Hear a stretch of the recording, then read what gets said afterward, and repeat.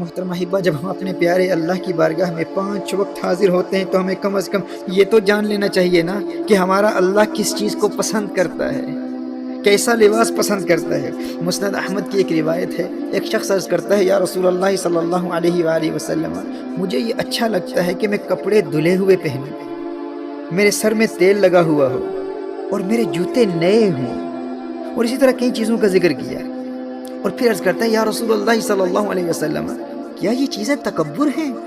نبی کریم صلی اللہ علیہ وآلہ وسلم نے ارشاد فرمایا، نہیں، یہ تو جمال ہے، یہ تو حسن و خوبصورتی ہے، اور بے شک اللہ جل وعلا جمیل ہے اور جمال سے محبت کرتا ہے۔ ہمارا اللہ پیارا ہے، ہمارا اللہ حسین و جمیل ہے اور جمال سے محبت کرتا ہے۔ اللہ اکبر۔ اچھا، یہاں اس بات کی بھی وضاحت کر دوں کہ کچھ نادان علماء اپنے بیانات میں، لیکچرز میں یا کتابوں میں بھی اس حدیث کا ترجمہ کرتے ہوئے کہتے ہیں کہ اللہ خوبصورت ہے اور خوبصورتی کو پسند کرتا ہے۔ یاد رکھیے، اللہ کو خوبصورت نہیں کہا جائے گا۔ کیوں؟ کیونکہ اللہ جل وعلا صورت سے پاک ہے۔ اللہ کو خوبصورت نہیں کہتے، اللہ کو حسین و جمیل کہتے ہیں۔ وہ حسن والا ہے، جمال والا ہے، وہ حسین و جمیل ہے۔ تو نبی کریم صلی اللہ علیہ وآلہ وسلم نے ارشاد فرمایا، بے شک اللہ جمیل ہے اور جمال سے محبت کرتا ہے، لیکن تکبر حق کا انکار کرنا ہے اور لوگوں کو حقیر جاننا ہے۔ اگر کوئی شخص اچھا اور قیمتی لباس پہن کر لوگوں کی تحقیر کرتا ہے، لوگوں کی تذلیل کرتا ہے اور اپنے آپ کو برتر ثابت کرنے کے لیے لوگوں کی توہین کرتا ہے، تو ایسے شخص کے لیے قیمتی لباس پہننا جائز نہیں ہے، کیونکہ وہ متکبر ہے۔ لیکن اگر کوئی اپنے آپ کو ان بری خصلتوں سے محفوظ رکھتے ہوئے اللہ جل وعلا کی نعمتوں کے اظہار کے لیے اچھا لباس پہنتا ہے، تو نبی کریم صلی اللہ علیہ وسلم نے ارشاد فرمایا، اللہ جمیل ہے اور جمال کو پسند کرتا ہے۔ سبحان اللہ۔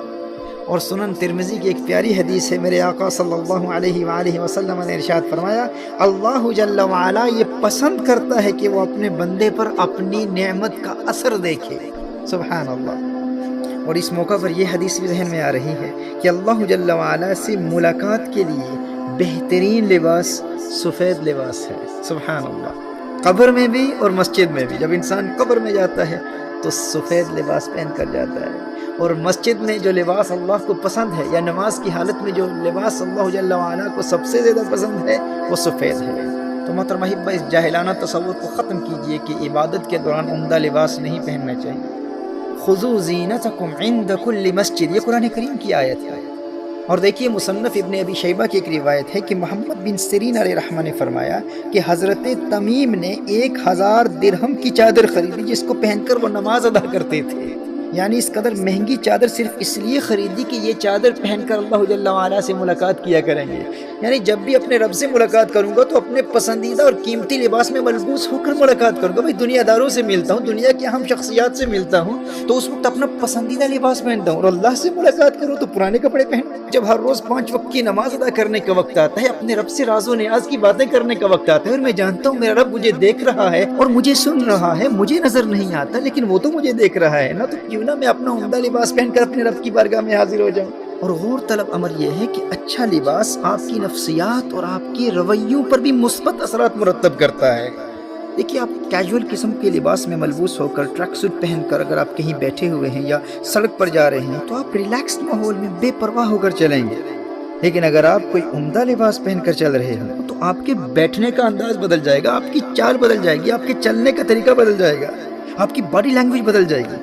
آپ محسوس کریں گے کہ اس قیمتی اور مہذب لباس کا تقاضا یہ ہے کہ آپ کا بیہیویئر بھی انتہائی خوبصورت اور مہذب ہونا چاہیے، اور وہ مہذب لباس آپ کے رویوں میں بھی سنجیدگی پیدا کرے گا۔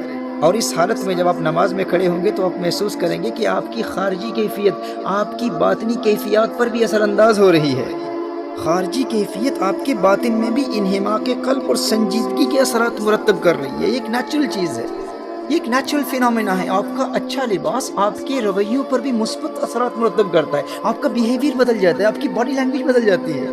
لیکن جیسے میں نے پہلے کہا تھا کہ یہ اسی کے لیے ہے جسے اس بات کا یقین ہو کہ میرا رب موجود بھی ہے اور مجھے دیکھ بھی رہا ہے، مجھے سن بھی رہا ہے۔ جیسے کوئی اسکائپ پر بیٹھا ہوا ہے اور کسی سے باتیں کر رہا ہے، لیکن جس سے وہ باتیں کر رہا ہے وہ نظر بھی نہیں آ رہا اور اس کی آواز بھی اسے سنائی نہیں دے رہی، لیکن اسکائپ سے باتیں کرنے والا یہ یقین رکھتا ہے اور اسے اعتقاد جازم حاصل ہے کہ اس جانب کوئی موجود ہے، دیکھ بھی رہا ہے اور سن بھی رہا ہے، لیکن جسے اس بات کا یقین ہی نہیں کہ کوئی اس جانب موجود بھی ہے یا نہیں، دیکھ رہا ہے یا نہیں، سن رہا ہے یا نہیں، مجھے فرق نہیں پڑتا بھائی، میں تو اس طرف سے باتیں کر رہا ہوں، مجھے اس بات کا کیا فرق پڑتا ہے ادھر کوئی ہو یا نہ ہو، میں تو باتیں کر رہا ہوں نا، اور میں وقتاً فوقتاً باتیں کرتا رہوں گا، اور اس سے اس بات کا یقین ہی نہیں ہے کہ اس جانب کوئی ہے بھی یا نہیں۔ تو بتائیے ایسے شخص کی باتوں کی کیا مقصدیت اور معنویت باقی رہتی ہے؟